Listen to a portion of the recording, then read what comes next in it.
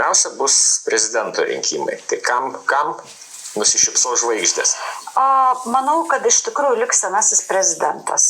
Taip, labai sublizgės gerbiamas Ignas Vėgėlė ir tikrai labai daug, matyti, irgi užims kažkokius postus, laimės, nežinau, gal jis ir Seimo rinkimusiais, tai jų horoskopai yra patys stipriausi. Visi kiti, kokie jie bebūtų patriotiškai, nusiteikę labai garbingai atstovauti Lietuvos interesus, arba jie bus neįdomu žmonėms, arba jie tiesiog nebus prileisti.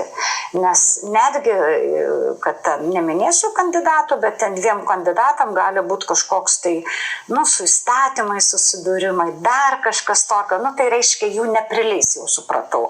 Ir dar keli, kurie, žmonės tiesiog manys, kad jie negali atstovauti jų. Tai va šitaip. O šiaip stipriausi horoskopai yra vis tik, Nausėdos yra stipresnis negu kai pirmą kartą išrinko. Ir jūsų pono Vėgėlė eina net paprastai, panašiai, pagal stiprumą. Todėl gali būti, kad jie abudu net gali į antrą turą išeiti. Ar galim tikėtis, kad po Europos parlamento rinkimų mes turėsime Europos parlamente tokius politikus, kurie daugiau proteguos tradicinės vertybės, o ne, sakykime, tas visas vienalytės santuokas, mažamečių vaikų lytinį švietimą, gal reiktų sakyti tvirkinimą ir panašiai. Kaip Jūs manot šitoj vietoj? Matai, kadangi jau tai yra buvę, taip, pradedant Leninu, ten Stalinu, kai vaikai buvo labai seksualizuojami, kai buvo ten, kaip mano tėtis amžinatis sakydavo, kad jeigu rūkysi ir gersi, tai tu turėsi, kaip gera komjaunuolė, priklausyti visiems.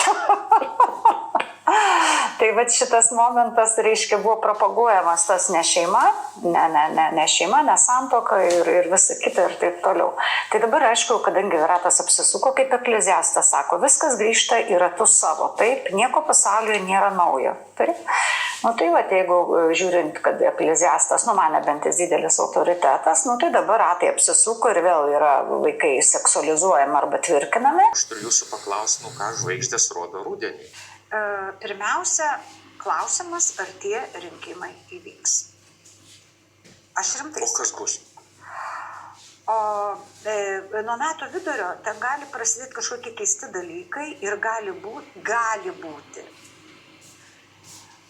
kad tie rinkimai įvyks per plauką, kad jie bus atidėti, kad ten kažkokios ten bus peripetijos, dėl ko bus galima nevykdyti rinkimų. Taip. Taip pat rinkimų periodas, įsivaizduojam, kad viskas yra gerai, nugyvenam iki rinkimų, ten gražiai žiūrim visą vasarą kalinės, kokia partija geresnė. Vienu žodžiu, aš manau, kad džiaugtis labai su mūsų Lietuvos, žinot, mūsų lietuvių pasyvumą, kad bus išrinkta ta mūsų, dabar šiuo metu jau labai nemėgstama partija. Aš nemanau per anksti džiaugtis, nes tai gali būti daug smulkesnių partijų, vėl susėti su jomis 5 sudaryti sutartį, tą kaip būna koalicijas, taip ir jungtinės, sakau, laidoti jos dar anksti. Dabar, jeigu ką laidoti, tai gal galima tokią kaip partiją ir reiškinį, galbūt šituos laisviečių šiek tiek, nors jie bus žiūriai palaikymą, aš manau, iš viso pasaulio ten ir aš manau, gal jeigu įmanoma tuos balsus suklastoti, tai bus biški paklastota jų naudai, nes jie turi, aišku, labai didelį užnugarį, bet jiem tai tikrai reikėtų jau pagalvoti apie ateitį labai rimtai. Dabar, tiesą pasakius, manau, kad ponui Karbauskiui Ramūnui turėtų būti irgi labai neblogai, kadangi aš, kaip minėjau, jis yra atsvara genderizmui tam ir tom keistom tokiom idėjom.